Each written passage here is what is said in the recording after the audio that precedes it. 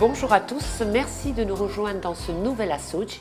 Aujourd'hui, nous allons vous parler de la foire de l'Olivier, mais plus précisément du foyer rural qui la compose. Alors Jean-Marc Rocchi, bonjour. Bonjour. Vous êtes donc le président du foyer rural. Ouais. Ça fait combien d'années que vous avez pris la présidence? Alors moi je suis président du foyer rural depuis 2009.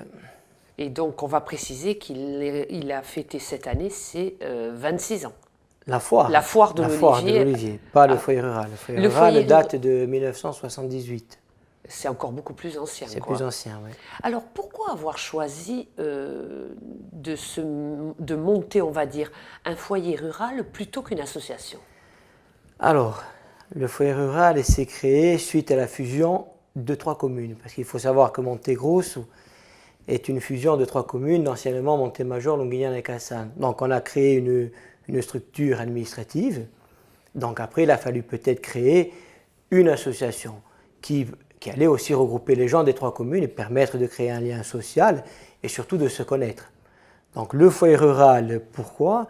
Parce que c'était des structures qui existaient déjà et qui étaient déjà regroupées au sein d'une union régionale qui existe en Corse, et les foyers ruraux sont nationaux, donc il y a une structure nationale sur Paris. Donc ils ont voulu s'appuyer déjà sur des structures en place, savoir comment faire, et puis ne pas être seul surtout. Démarrer dans ce genre de choses, pas faire n'importe quoi, rester tout seul. Ils ont voulu s'appuyer sur des structures en place, travailler avec des gens, discuter avec d'autres associations pour savoir ce qu'ils faisaient entre eux, les animations qu'il y avait. Et c'était peut-être moyen, comme ce sont des petits villages, d'avoir plus de personnes. Bien sûr, aujourd'hui, des foyers ruraux en Corse, il y en a pas mal. Hein. Lorsqu'on fait le tour, on en trouve quelques-uns. Bon, peut-être qu'aujourd'hui, ils se rencontrent moins qu'avant. Avant, il y avait vraiment... Il y avait des échanges? Il y avait des échanges, oui. Il y avait des réunions au sein de l'union régionale. C'est peut-être un peu moins maintenant parce qu'on a peut-être plus besoin de ce genre de choses. Mais bon, on est toujours foyer rural. Et qu'est-ce que ça apportait finalement, ces échanges? Il y avait des échanges d'idées pour faire des manifestations? Surtout des échanges d'idées, parce que lorsqu'on arrive dans un système associatif et qu'on ne connaît rien et qu'on ne sait pas comment aussi animer une soirée, qu'est-ce qu'on peut faire, comment la faire, donc ils se sont appuyés sur des structures en place pour savoir comment faire. Puis eux, en même temps, pareil, ils se sont échangés des idées qu'ils ont fait, des veillées, des sorties, voilà. Et combien quels membres composent votre bureau? Est-ce qu'il y a, on va dire, des membres de chaque village? Vous êtes le président, est-ce que le secrétaire, le trésorier?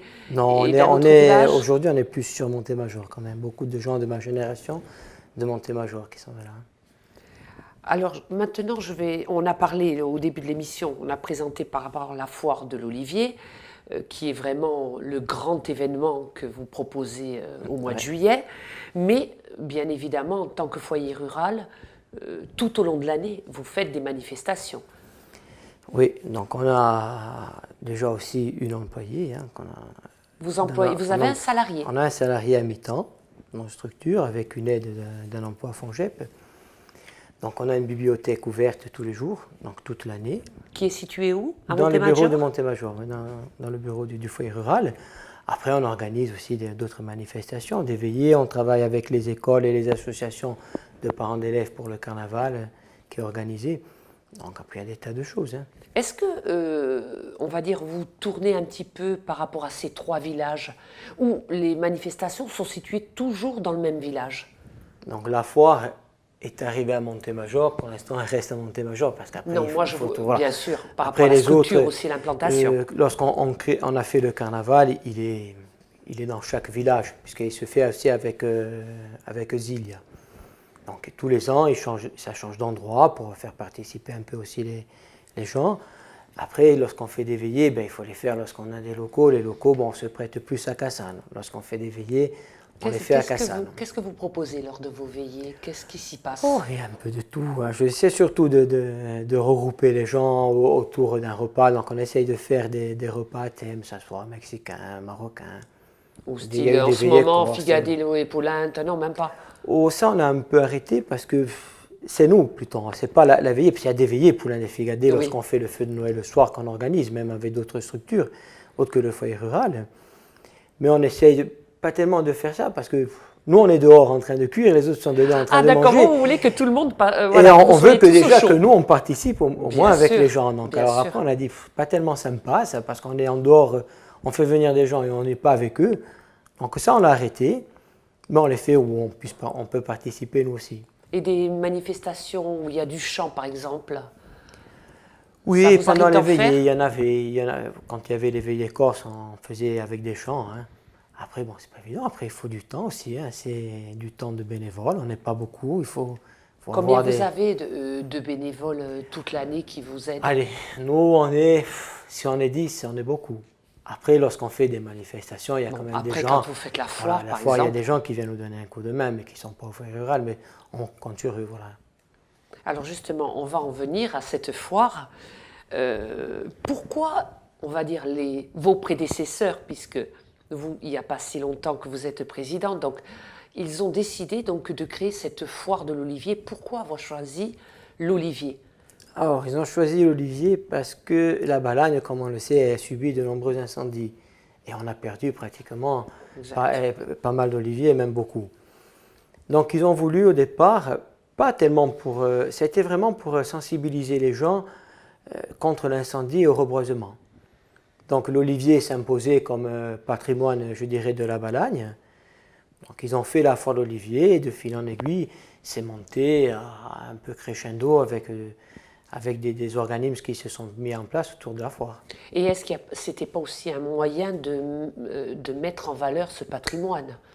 Bien sûr, oui, au départ, oui, parce que c'est vrai, lorsqu'on repart en 89, on trouvait de l'huile d'olive dans des bidons en plastique, un peu en vrac comme ça. Il n'y avait pas d'étiquetage. Aujourd'hui, il y a quand même, les gens ont fait pas mal d'efforts et il s'est créé à la foire de l'olivier, donc le syndicat, le SIDOC, qui s'est créé, le syndicat interprofessionnel des oliculteurs de Corse, sur la foire. Donc la foire a aussi créé par ses bénévoles, je dirais un peu le renouveau avec les professionnels qui aussi ont leur part, mais le renouveau de l'oliculture en Corse. Et puis vous faites partie, quand même, c'est une fierté aussi, de la Fédération des foires rurales, agricoles et artisanales. Ouais. Ça, comment ça s'est ressenti donc chez vous? C'était un comité qui existait déjà dans le début des années 90, qui était le comité régional des foires de Corse. Donc qui a été un peu mis en sommeil. Mais bon, ils se sont créés avec, donc là il y avait la foire de Bocognano. Qui est aussi une belle foire. Voilà, les quelques foires de Corse qui étaient présentes à cette époque-là. Donc ils ont créé un peu un statut de foire, de règlement de foire qu'on a aujourd'hui avec la foire, avec la FRAC remis au jour, mais qu'on a un peu amélioré, mais qui était déjà à l'époque où les revendeurs n'étaient pas interdits, la matière première locale, il fallait qu'elle soit corse si elle existe, que les gens vivent en Corse toute l'année et résident et qui travaillent. Donc c'était, voilà. Ça, ce sont les critères, pour être choisis finalement. Oui. Et donc vous correspondez à tous ces critères-là? On correspond, oui. Donc, par rapport à la foire, bien sûr. On filtre, je dirais on filtre. On demande à ce que les gens, je dirais, nous envoient des dossiers. Il y a des dossiers aujourd'hui sur les foires qui appartiennent à la FRAC. C'est aujourd'hui 12 manifestations. Il y a 10 foires et 2 marchés de producteurs.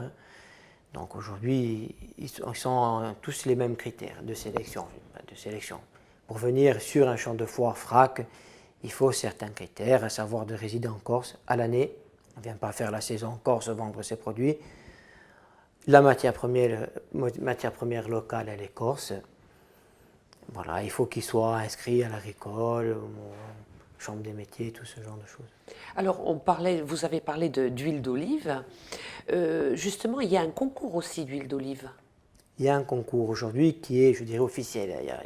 Au début, il y avait un concours qui se faisait sur le champ de foire, qui présentait les huiles, chacun amenait son huile déjà pour la faire goûter, parce qu'il venait des gens qui étaient du continent, qui étaient sur des structures un peu plus déjà en place.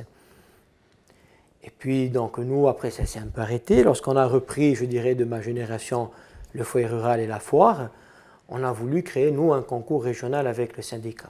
Et ça fait combien d'années que vous l'avez créé, ce concours? Alors, le concours, cette année, on a fait la 6e édition. Est-ce qu'il y a de plus en plus de personnes qui viennent se prêter à ce concours? Ou c'est...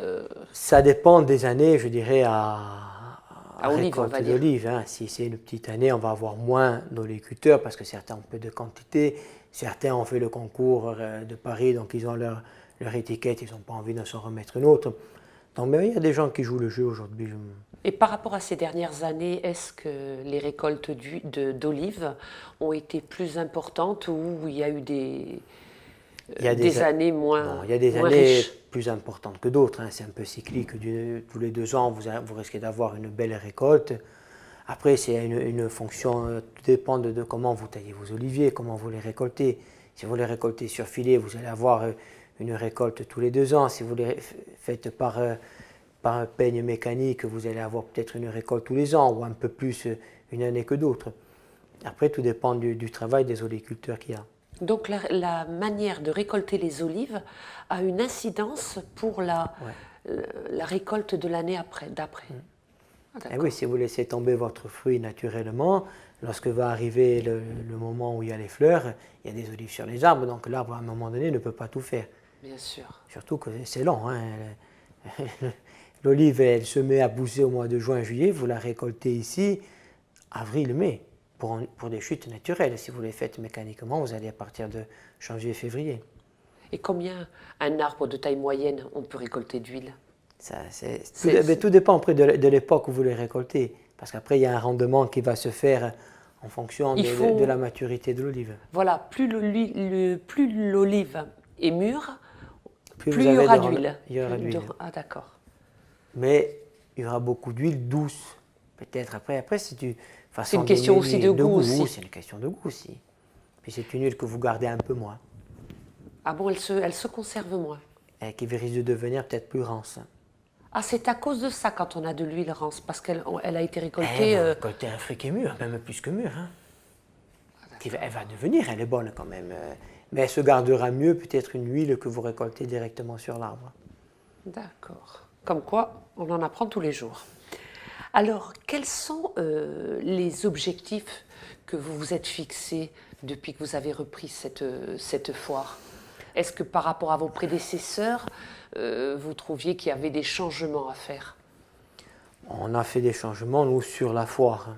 Bon, la foire, il y a eu des changements qui ont été apportés. Nous, on a apporté les nôtres. On a voulu se concentrer un peu plus sur la profession corse, de se remettre un peu à jour avec le syndicat aussi, d'être un peu plus en phase avec eux, travailler avec eux pour la foire, parce qu'ils ont leur rôle à jouer sur la manifestation, sur vraiment la partie technique et professionnelle de la foire. Là, on le fait avec eux.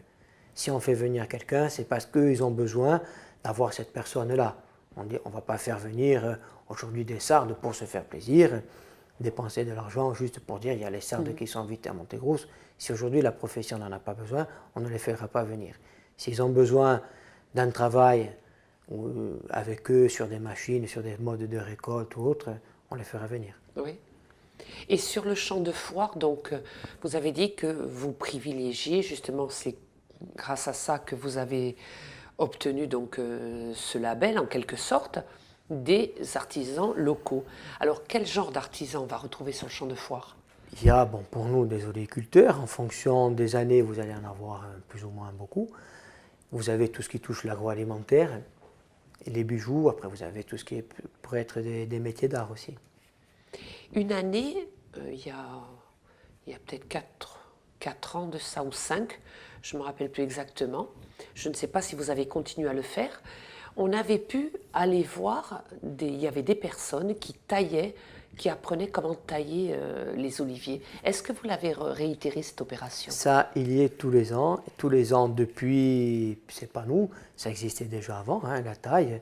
Donc nous, on a continué, on le fait 3 fois sur les 2 jours de foire. Il y a 3 démonstrations de taille qui sont effectuées. Et est-ce que vous avez pu vous rendre compte, depuis que vous en avez la présidence, que par rapport justement à ce thème de l'olivier, les gens se sentent plus impliqués, ils prêtent plus attention? Certains ont prêté plus d'attention que d'autres. Si vous avez 50 ou 100 oliviers de votre famille, aujourd'hui, ça rapporte de l'argent. Donc c'est sûr que la foire, elle a fait remettre à jour et peut-être améliorer un produit. Financièrement, c'est intéressant pour certains. Et puis, je veux dire, aujourd'hui, si vous faites le compte, si vous avez 3 hectares d'oliveraies propres, ça vous fait des pare-feux, ça permet d'entretenir aussi des surfaces. Bien sûr. Mais même la petite, là, je dirais, une personne qui a 2 ou 3 oliviers, on va dire, sur son terrain, hein, sans qu'il en fasse, lui, forcément la récolte, quoique. Je trouve que Pour maintenant, lui-même, il peut se le on faire, trouve bien sûr. beaucoup de personnes qui, avec 2 ou 3 oliviers, ont des filets autour Oui, non, de leurs arbres. Ils les laissent moins à l'abandon qu'il y a non, plusieurs ils sont années. plus laissés à l'abandon. Je crois que la foire, et la foire, il y a aussi les professionnels, hein, parce qu'il ne faut pas les oublier aussi. Ça a créé le renouveau de l'oliveraie. Ça a été à l'abandon. Je veux dire, aujourd'hui, on a vu ce qu'a fait les incendies, les dégâts des incendies, puis un peu l'abandon des terres aussi, hein. Je veux dire, et puis l'indivision aussi qu'on subit au quotidien, hein. Et est-ce que pour vous, Jean-Marc, c'est finalement cette foire, et particulièrement cette foire de l'olivier, est un moyen de transmettre encore des valeurs? Eh oui, parce que bon, c'est un héritage qu'on a. On n'a pas que celui-là, parce que on fait partie de la FRAC, on a le fromage, on a le vin, on a la châtaigne, donc on a le miel, tous ces produits-là, ils existaient, donc nous, on permet aussi d'offrir à ces gens-là un espace marchand, mais aussi de parler d'eux. Aujourd'hui, la foire de Bocognane, bon, qui est peut-être une des plus importantes aujourd'hui en Corse, ben voilà, la châtaigne, je crois que sans la foire, on ne savait pas ce que c'était un castagniculteur. On apprend finalement, il y a le fruit qui est mis à l'honneur, mais aussi le travail en amont Il y a de aussi l'homme. la profession, parce que la profession est mise à l'honneur. Je crois qu'aujourd'hui, sur nous, pour la foire de l'olivier, c'est la foire des oléiculteurs. Alors, si vous deviez ajouter, on va dire, un autre thème à votre foire, lequel vous associeriez à l'olive? Bon, si on va ajouter un thème, je crois, on resterait dans le patrimoine, on peut y mettre la culture. Mais vraiment, tout ce qui touche à la Corse, hein. Après, lequel, ça peut être culturel et ça peut être autre chose. Mais nous, Alors, on aime bien le culturel quand même. c'est quand même un moyen vraiment de rester De rester, je terre à dirais, terre, on va terre à dire terre, aussi. bien sûr. Et à ce moment-là, donc, puisque tout à l'heure vous avez dit pour le foyer rural, il n'y a qu'une dizaine de personnes, de bénévoles tout au long de l'année, combien vous arrivez à regrouper de bénévoles pendant ce week-end de foire? Parce qu'il y a quand même pas mal de choses à gérer. Oui, mais après, bon, c'est répétitif tous les ans, ça va vite. On peut être une vingtaine, mais pas plus, hein, on n'a pas... Ça vous demande combien de temps de travail pour la logistique? La Oui. foire, c'est à partir de janvier-février. On fait ça au mois de juillet, on en a après jusqu'au mois d'août, septembre, hein. Oui. Et vous avez trouvé que depuis le départ de votre présidence, que cette foire a pris de l'ampleur par rapport au nombre de visiteurs, Oui. au nombre de demandes peut-être d'artisans? Bon, sur les demandes, c'est un peu plus particulier parce que l'été, certains ont leur boutique, donc ils ne veulent pas les fermer pour venir sur les champs de foire, hein. Bon, après, donc, on arrive, nous, puisque sinon c'est dans le village, on ne peut pas en mettre beaucoup. Si on arrive à 70, c'est vraiment beaucoup, parce qu'après, on ne peut plus les mettre non plus, hein. Et puis, il faut qu'ils puissent aussi se permettre de vendre, hein. Et est-ce que vous aviez jamais envisagé d'aller ou sur Longuignane ou sur Cassane? Alors, L'infrastructure la ne structure serait n'a pas... jamais été à Montémajor au départ. Les premières foires se sont faites à Cassane. Donc, juste un champ vraiment en périphérie du village. Le problème, c'est que le monde, en plus, la route qui va à Cassane ne s'y prête pas. Et pour des mesures de sécurité, elle a été délocalisée dans un champ d'oliviers entre Montémajor et Longuignane. Donc le champ qui était privé, donc il le prêtait, il le louait. Donc après, toujours pareil. Et puis le champ, il fallait le nettoyer. Il fallait être là tous les week-ends pour nettoyer le champ, tous les week-ends pour C'était monter la un foire, travail. tous les week-ends pour démonter la foire. Donc ça faisait beaucoup de travail pour les bénévoles. Et après, au bout d'un moment, je crois qu'on se lasse un peu de ce chose-là, parce que vous arrivez à la foire, vous êtes cuit. Donc au lieu de participer et d'être un peu joyeux de faire ce foire, vous êtes déjà fatigué. Donc après, c'est lourd, c'est vrai que c'est lourd pour des bénévoles. Donc ils l'ont fait sur Montémajor. Ça fait combien d'années à Montémajor? Ça fait un moment déjà, parce que nous, on a repris au foyer début 2000, elle y était déjà. Donc ils ont dû la faire fin des années 90 à Montémajor. Oui. Ouais. Donc déjà au moins 14 ans facile. Oui. Hein. Ouais. C'est pour ça que j'ai l'impression qu'elle a toujours été Non, à elle n'a pas Montémajor. été, non. Et qu'est-ce que j'allais vous dire? Oui. Donc, est-ce que vous trouvez, vous, pour répondre à ma question, que les gens viennent de plus en plus à cette foire? Oui, non, les gens viennent, et puis les gens le savent, il y a des... Non, les gens viennent, hein. Oui, il y a du monde. Qu'est-ce que vous aimeriez rajouter, ou est-ce qu'il y a des projets que vous n'avez pas encore réalisés que vous souhaiteriez Rajouter, c'est difficile. Maintenant, des projets, des choses qu'on aimerait faire, c'est avec les oléiculteurs, peut-être plus de choses. Après, c'est leur besoin aussi, hein. Eux ne viennent pas vous dire, voilà, nous, on aimerait bien qu'il y ait telle et telle chose qui se passe Non, mais cette ça, année sur la c'est foire. des discussions qu'on a avec Vous travaillez en amont avec eux? Ouais. Il y a un travail qui se fait avec le syndicat pour ça. Et pour le concours, puisqu'on le fait ensemble, hein, c'est le foyer rural et le syndicat Ouluigour Sega AOP de Corse. Et après, lorsqu'on fait venir des délégations, parce que tous les ans, il y a des gens qui viennent de la profession pour la double déclinaison. Cette année, c'était des gens de l'INAO pour le suivi, pareil, sur la double déclinaison, parce qu'ils veulent Qu'est-ce mettre... que la double déclinaison? Selon votre mode de récolte, vous allez avoir une huile qui est plus tirée sur un fruité vert ou sur un fruité mûr. Mais aujourd'hui, c'est une seule bouteille où vous pouvez avoir des goûts différents. Donc aujourd'hui, peut-être les gens aiment de l'huile d'olive douce, il y en a qui aiment de l'huile d'olive un peu plus forte, un peu plus verte. Donc le syndicat a fait une demande aujourd'hui à l'INAO pour avoir cette double déclinaison ou un autre moyen d'avoir, mais qu'on puisse aujourd'hui dire ça c'est une olive de verte avec estampillé d'une façon, verte ou mûre. Après, tout dépend des goûts, puisque maintenant, il y en a qui font les deux. Finalement, vous travaillez surtout avec les oléiculteurs. Le syndicat. Le syndicat. Avec le syndicat, oui. Oui. Ouais. Alors, Jean-Marc, on arrive au terme de cette émission.